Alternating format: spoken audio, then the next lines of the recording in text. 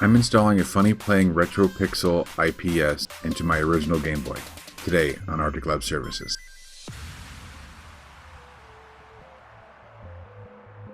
I've already separated the two halves.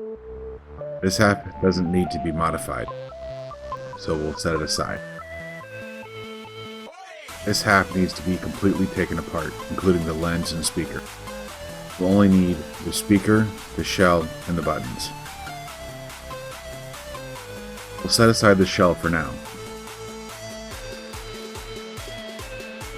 To remove the speaker, gently pull on the wires while heating up the solder points.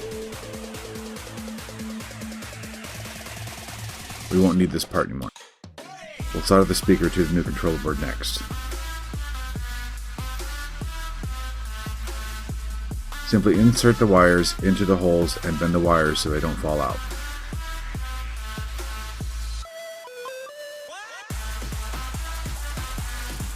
Then solder each wire into place.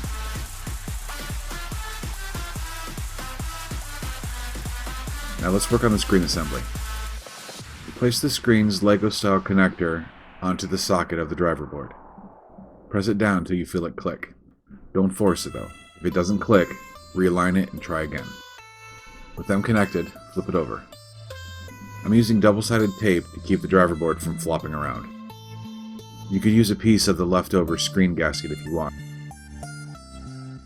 Fold it over and line it up to the two edges before sticking it down.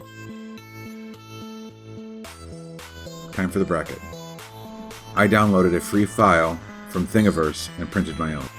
My printer bed is extremely small, so I have to cut the print in half. You can also buy these brackets on different websites.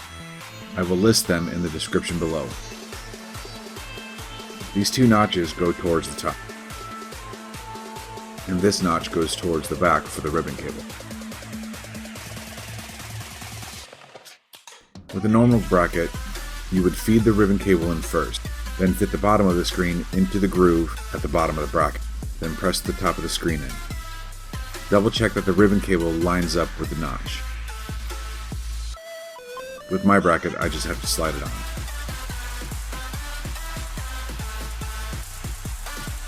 Now for the front shell.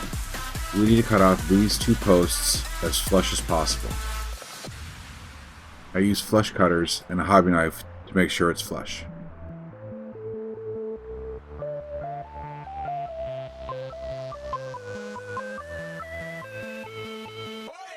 Now we need to make the screen window bigger. Cut along the outside of the first rib. Make several passes with a hobby knife on each side.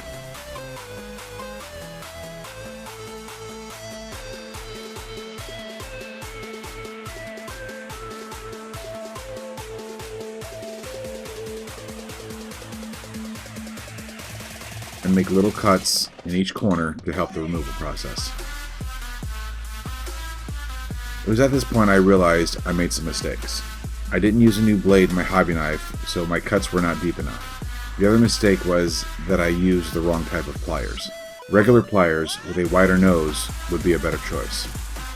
So I made some more passes with my knife.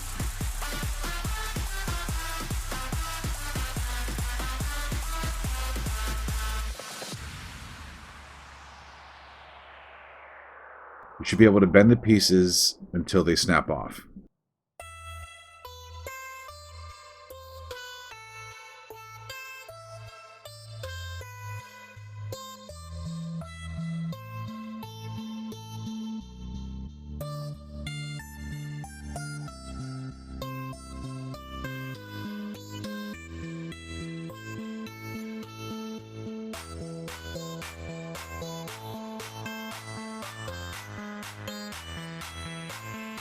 Use a hobby knife to make the corners square and to cut off any jagged parts.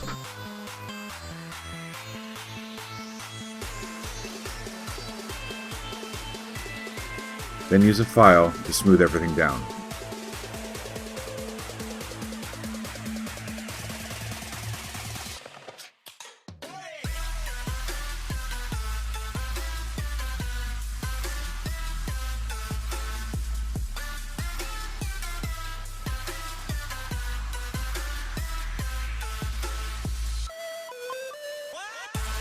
Don't forget the front side like I almost did. This has to be smooth so the new glass lens will stick properly. Now for the screen gasket. Remove the centerpiece.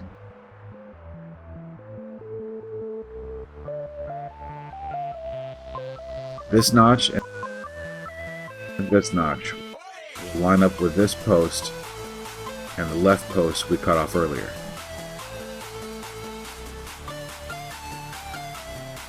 It should look like this. Now that we have our alignment, remove the adhesive backing. Make sure it is lined up before pressing it down.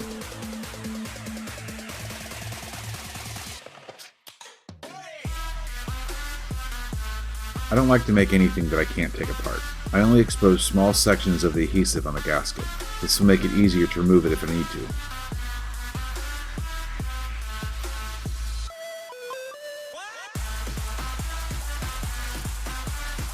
To place the screen, line up these notches with these two posts and these holes with these two short posts. Remove the screen protector and set it aside.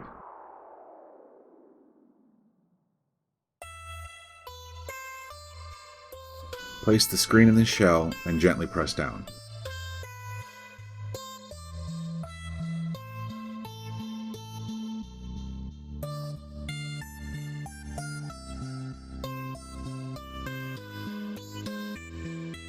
Put the screen protector back on to avoid touching the screen.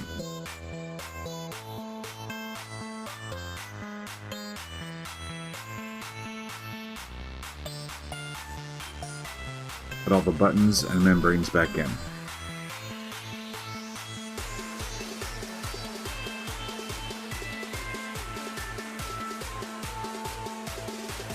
Line up the tab on the speaker to the notch on the shell. Then put the controller board in, matching up all the posts with the holes. Make sure your speaker wires are tucked in. Screw in these 8 screws. Now for the screen's ribbon cable. Open the bail on the ZIF connector and insert the ribbon cable. Very little of the contacts should be showing. Close the bail to lock it in place. We're almost done. Insert the long ribbon cable, shiny side up, into the connector on the back half.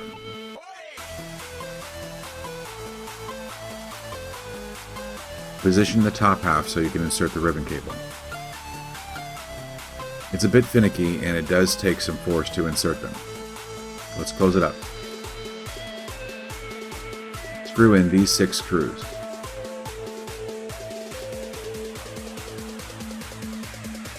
To install the glass lens, remove the center adhesive. It should all come off in one piece. Then remove the adhesive from the rest of the lens. Remove the screen protector and use it to remove any dust that may have gotten in. Line up one corner of the lens before placing it down. Press along the edges to get good adhesion. Now for the best part.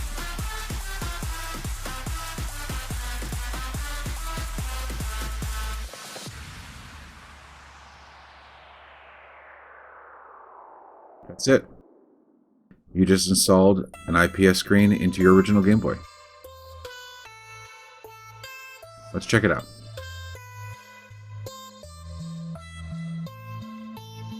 I counted 14 levels of brightness and 36 color palettes.